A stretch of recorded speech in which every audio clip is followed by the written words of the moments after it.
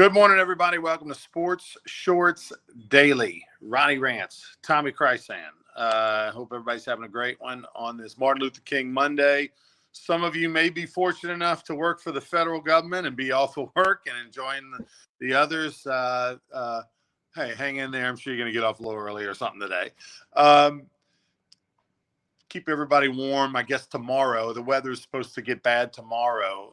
It's not going to get to below freeze until midnight tonight, So I guess the weather that we were anticipating on Monday is now Tuesday. So hang in there, everybody. It's not as bad as it seems. Throw on a jacket, turn on your heater. You'll be all right. Put a little drip on that pipe.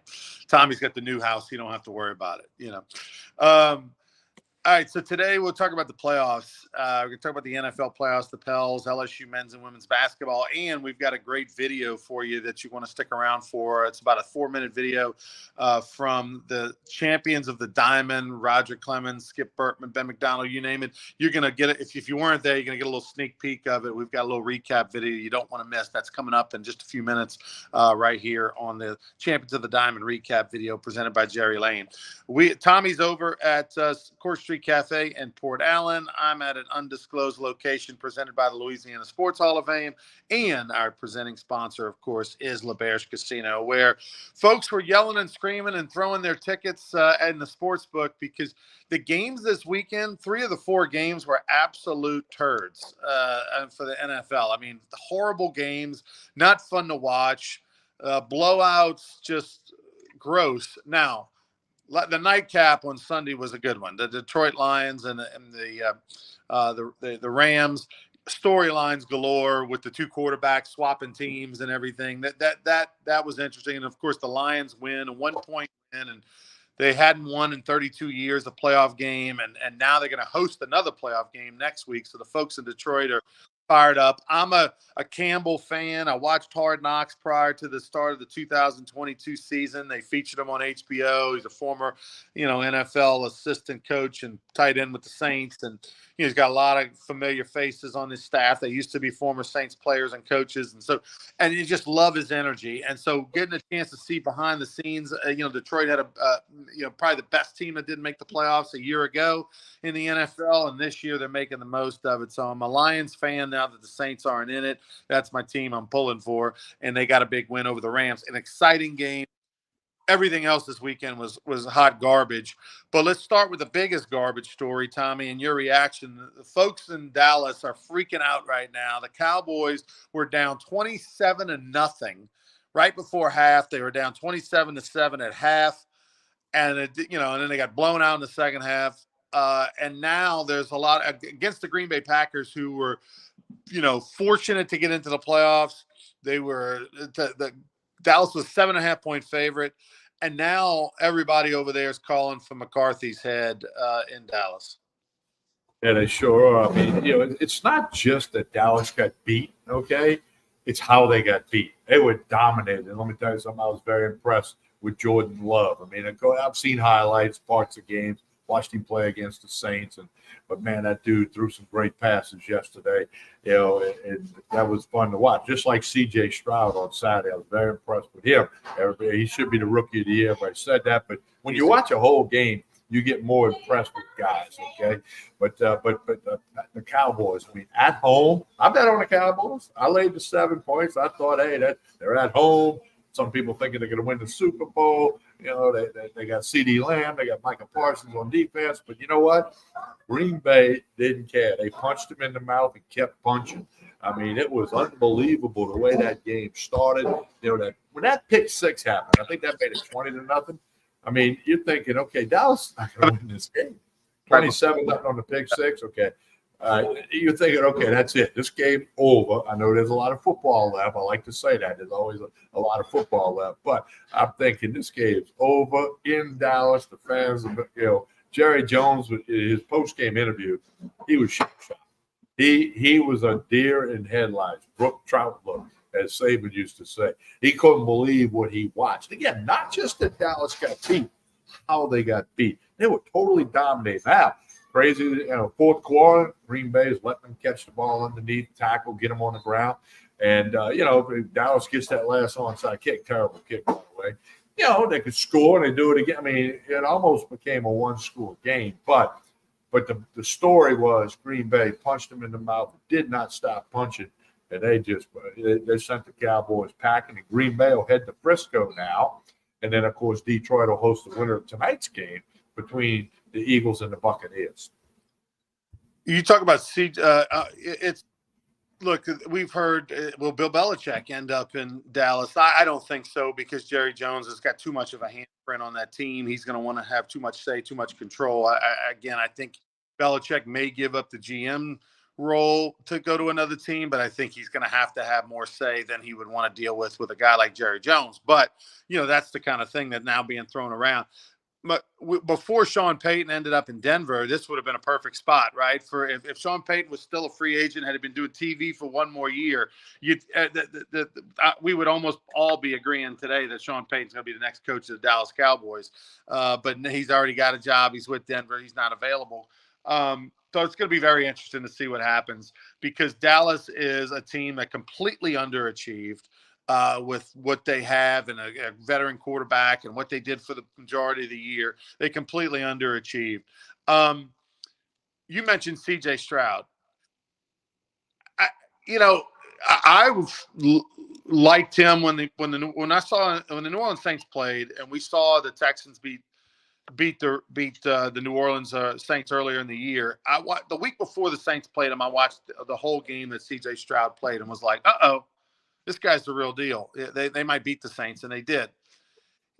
He should win Rookie of the Year, although Puka Nacua, the wide receiver for the Rams, who, set all kind of records, probably deserves to be the co-MVP. I mean, obviously the quarterback is more important than a wide receiver. I mean, everybody will agree on that.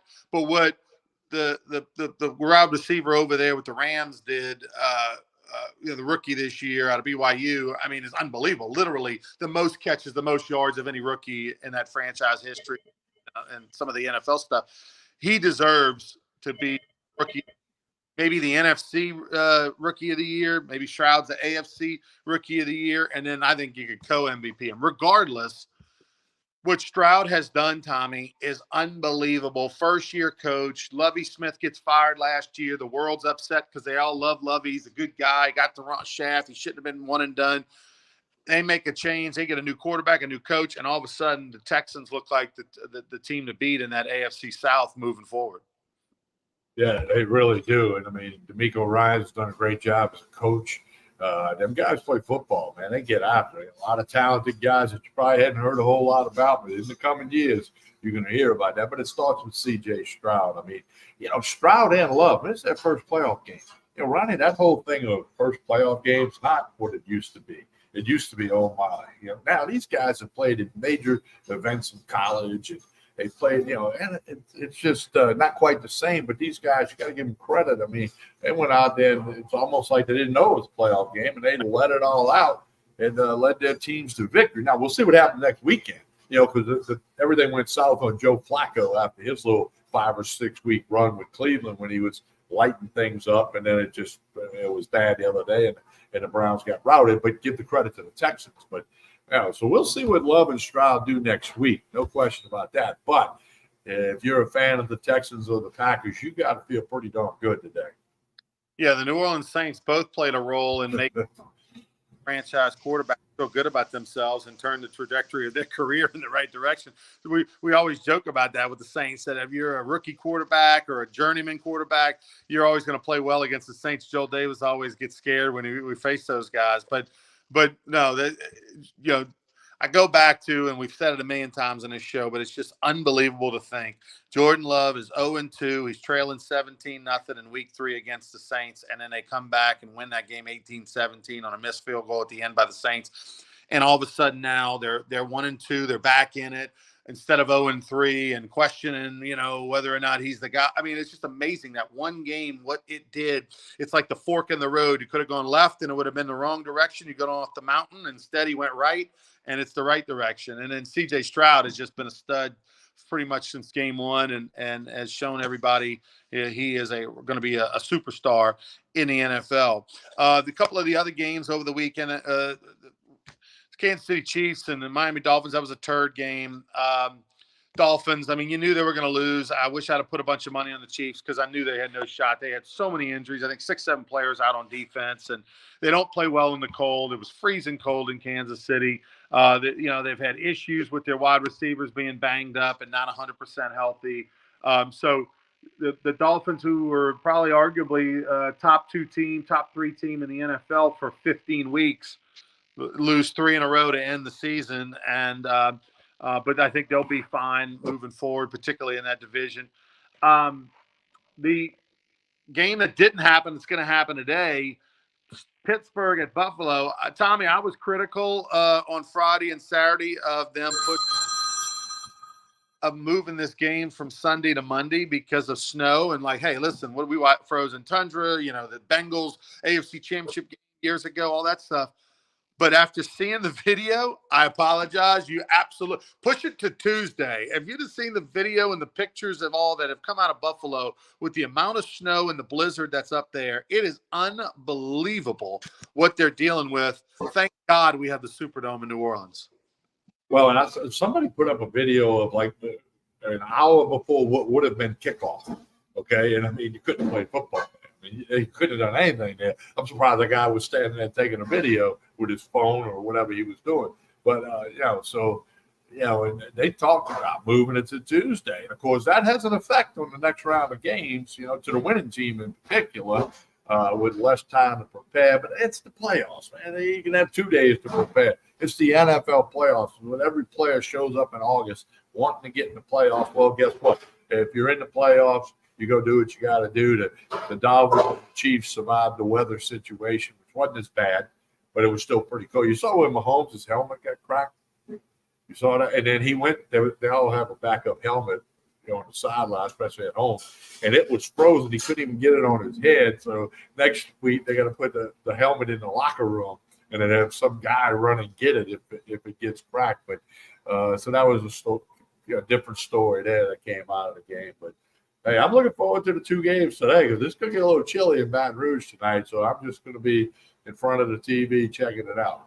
What's funny is as we tape this show, it's 41 degrees. It's not going to get 32 degrees in Baton Rouge until midnight. But yet we're on blizzard alert.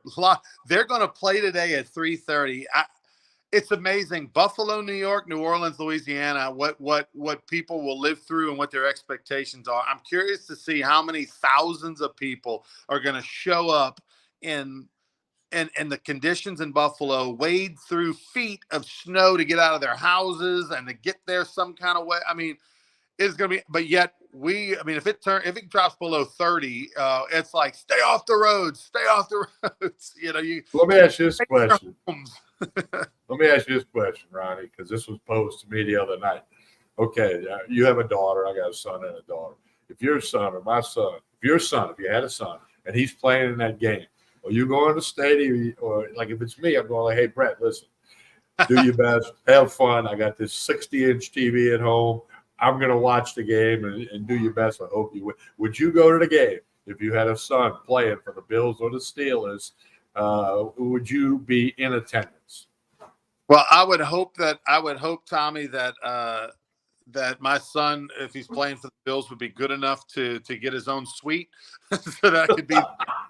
But I would have to say that, yeah, I think I would be there. I mean, listen, when we see weather like that on the mountain, we're going to pay $300 a day for a ski lift ticket to go ski down, and we're going to have no problem and have a lot of fun. So my thing is that, look, you can always layer up. You can always bundle up. You can always put on 6 jackets, 3 turtlenecks, whatever you got to do, which is what those people are going to do in Buffalo. So, yeah, if it was my son, I would be there, and I would just be on the phone with you giving you a play-by-play of what's happening, I guess. Well, you had the right idea. Have a suite ticket, okay, where you're still going to have a jacket on, but you're not going to be in the elements. Yeah, hopefully, like I said, he'd be a starter to have a suite. But watching the highlights of Kansas City, you saw Taylor Swift and Patrick Mahomes' family and all that.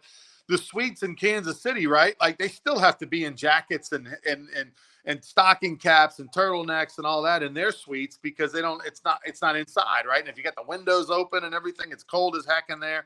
So it's not. And if you close the windows, they fog up. Yeah, you and I have announced many a game in cold weather when the windows fog up and then you can't see anything. Auburn University, they have suites. I mean, in Alabama, that they don't open. Like you go there and it's just a big pane of glass right in front. So you're in this fishbowl basically watching the game. They don't have outside seating. The windows don't open up. I mean, like brutal way to watch a game. I wouldn't want to. I'd rather be in the stands. All right, let's talk LSU men's and women's basketball. By the way, coming up right after this, we're going to get to got a 4-minute recap video you're not going to want to miss from Tuesday. Roger Clemens and all that. It's called Champions of the Diamond. We're going to show you that right after this topic. And of course, we're presented by LeBears, who was a great sponsor of that event. LSU men's and women's. Boy, they don't want to see Auburn, do they? No, they don't. They both lose games to Auburn. The men's Auburn team a little better than the women's team, but Kim Mulkey said it. They had a better effort from Auburn than LSU did. Snapped the longest Division I win streak, and they'll have to bounce back, and they'll be at Alabama later this week. And then the men lose. They tried to come back. They were down a lot. Tried to come back, didn't work. They'll host Ole Miss Wednesday night, weather permitting. Okay, the Bills and the Steelers will play. We don't know if LSU will play hoops Wednesday night. And of course, same thing for me over at Most Blessed Sacrament. We have home games every night this week, not tonight. And who knows with the weather. LSU's men were down 28. They lose by 15. Depending on whether you got the hook or not, they might have covered. They might not have. I saw one line on ESPN at 13.5, but a lot of people I talked to was at 15.5 when the tip happened. Friend of mine did cover. LSU lost by 15, but they were down 28 in that one. We'll see. They're 2-1, as you mentioned, at home on Wednesday. And then the women, this is troubling because the problem for LSU's women is not the starting five. It's the fact that they have no bench. They've got nothing on the bench. Literally have nothing on the bench. They have one and a half players that come off that bench. That's just not going to cut it, man. You're going to wear down your starters. Sometimes guys don't have it or gals don't have it, and you got to shake it up, the whole 9 yards. The problem with injuries and quits and transfers, they just don't have the bench, and that's going to be a problem for them because sometimes you need to be able to take some players out, sit them down, not only for rest, but to show them something, teach them something. They don't have the ability to do that. They just have to play through it. And Auburn defensively just got after LSU and got in their way, made things difficult. Kim Mulkey was in the locker room for an hour after the game talking to her team. But to lose to an unranked team on the road and to be shut down like that, only score 62, 63 points, I think is going to be difficult against that upper tier. This is, to win because you just don't have somebody that can come off the bench and have a big game in a national championship game like what we saw last year. I don't think that's going to happen this year. All right. On Tuesday, we had our Champions of the Diamond event. It was a huge success. We've been telling you about it for weeks. Some of you were there. Many of you were not. So just so you make sure you're there at the next one, at the next Louisiana Sports Hall of Fame event, Here's a look at our event presented by Jerry Lane.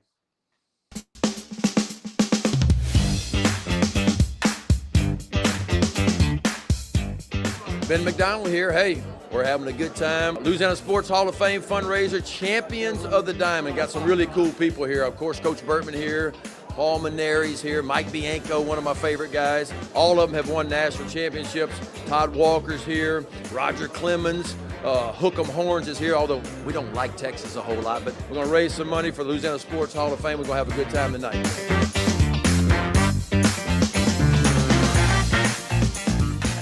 Baton Rouge has done so much for me, so just to give back and be here and support everybody, I love it. I love coming back here and just being supportive for these guys and showing a face, and just going to have a great time here with all these baseball legends, and it's going to be a great event.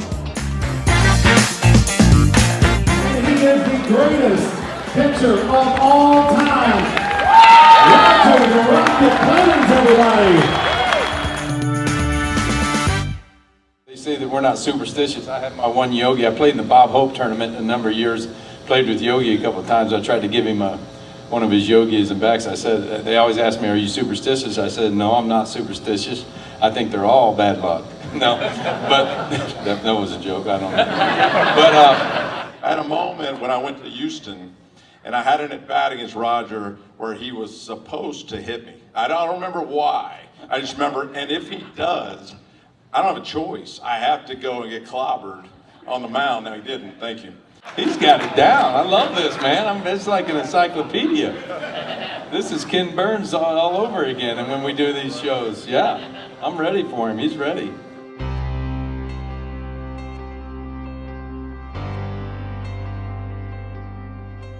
For me, the highlight was I got to face Reggie Jackson for the first time at Fenway Park when he was a California Angel. Reggie, we're friends now, and of course Reggie, he loves to hear the story, but yeah, I was untying my shoes. They weren't untied. I got the first couple guys out, and I remember our Schermfeller, our big booming voice announcer, now betting for the California Angels, number 44, Reggie Jackson, and I'm behind the mound retying my shoes that weren't untied and going, I don't even want to look at him. You know, he's got the half-shell helmet on and the glasses.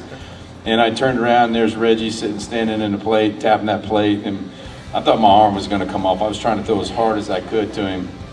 And I just remember a couple fastballs. I got a couple by him, and he's staring me down. I'm like, what's wrong with him? And he tells time out, and he had a handkerchief in his back pocket, and he calls time, whips those glasses off, pulls his hanky out and starts cleaning his glasses. I'm like, dude, he can't see my stuff, I guess. I don't know what's going on.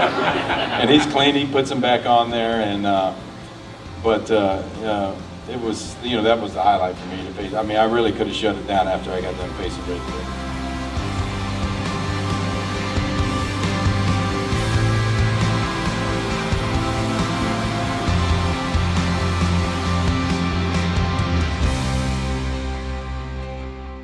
Well, we get to tell a bunch of stories and probably exaggerate a lot. We probably hit more and struck out more guys than we said we did, but that's okay. That's part of baseball. Anytime you get Skip in a room and Mike Bianco and Paul Maneri and some of the other guys that's going to be here, the stories are going to be fun. Number one, Florida was coming to town my junior year, and he said, hey, you pitchers, listen, y'all go fix the mound. That was a mistake. Because regulation is yeah, like 6'7" guy standing on a 4-foot mound. yeah. That's a little unfair. And of course, Arnold was the head coach at Florida. He complained. We swept him. Oh, just beat the hell out of him. He no complained chance. the whole No time. chance. Although the Skip told him, Coach Bergman told him, he said, listen, your guys got the same advantage our guys do. My guys are just better than your guys. What is it? Do you have to have been a former player to be able to do Skip that well? Yeah, if you everybody out there that played for Skip can do that, what these guys are doing. I'm so jealous. Skip's got 5, Paul's got 1, Jay's got 1, Bianco's got 1. There's 8 or 9 national championships in that room over there too, just between the coaches. So that's so cool, and some of the best coaches that's ever coached in this game. So many great players and coaches are all here, and just, you know, baseball has been a big part of my life, and so I'm glad to get back.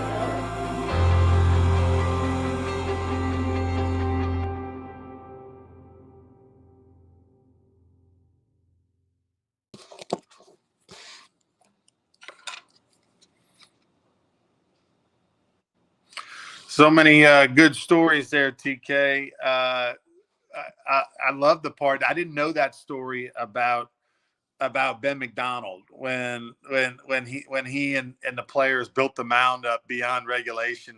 There was a series against Florida, which, by the way, you know, just to show you how things are so different, you know, now Paul Skeens doesn't ever touch the mound, right? Like there's a crew out there that does it all, like in the major league.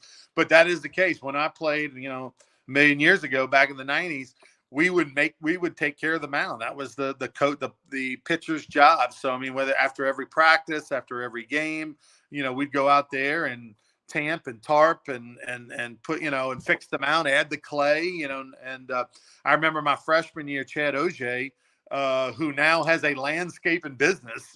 You know, he was so into it that he literally does it for a living now, very successful business.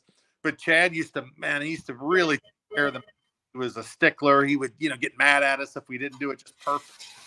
And, you know, so Ben and Mike Bianco and all those guys used to take care of the plate, take care of the mound. And that's a great story about how it was too high and it gave LSU an advantage.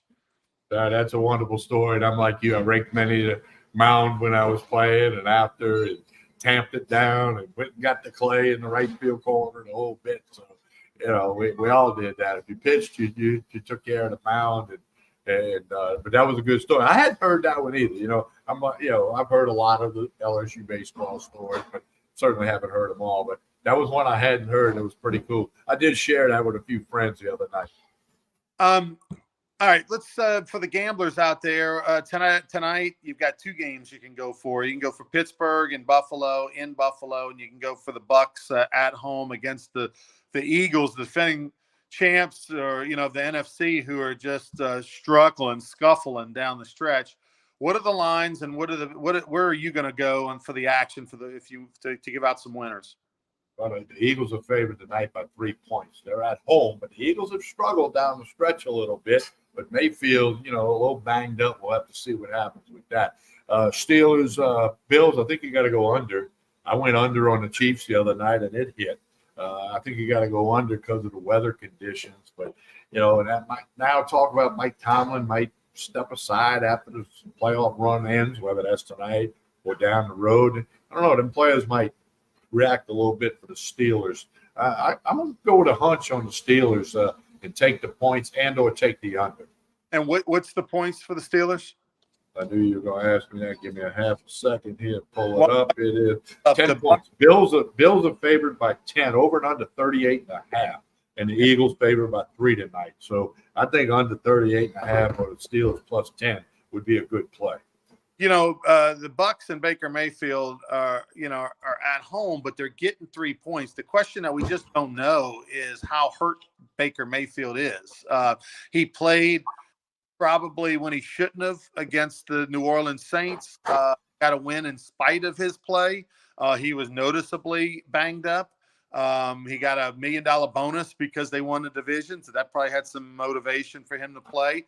You just don't know. Did he get 8 days later, where is he at physically? Because if I knew that Baker Mayfield was healthy in the way that the Eagles have just been terrible the last 5-6 games, I'd like to take the Bucks at home with the 3 points. But I think I need to see him warm up. I need to get some reports, and might be a game time decision.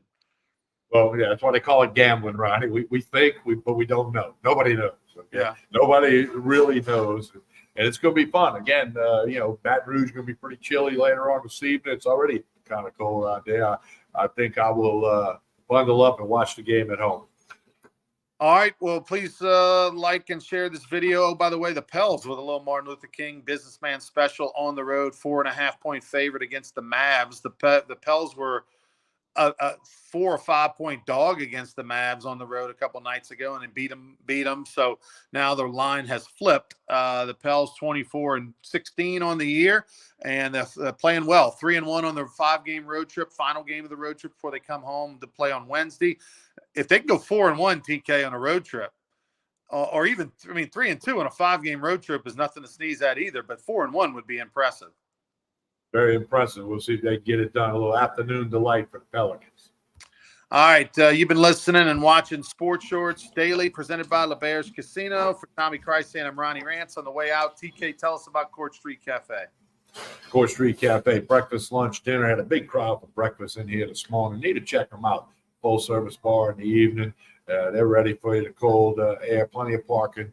A lot of good stuff here. Breakfast, lunch, dinner. A great way to keep up with Court Street Cafe is connect on Facebook and Instagram. They do a super job of getting out the lunch specials, the dinner specials, drink specials in the bar. 805 Court Street in Port Allen, just a couple of minutes over the Mississippi River Bridge. Check out Court Street Cafe. We'll be glad you did. Sports Shorts Daily returns Wednesday morning, 9:30. We hope you'll check us out at that point. Like and share this show. That's a big deal. That helps everybody out. Like and share this show. Stay warm, everybody. Have a good day.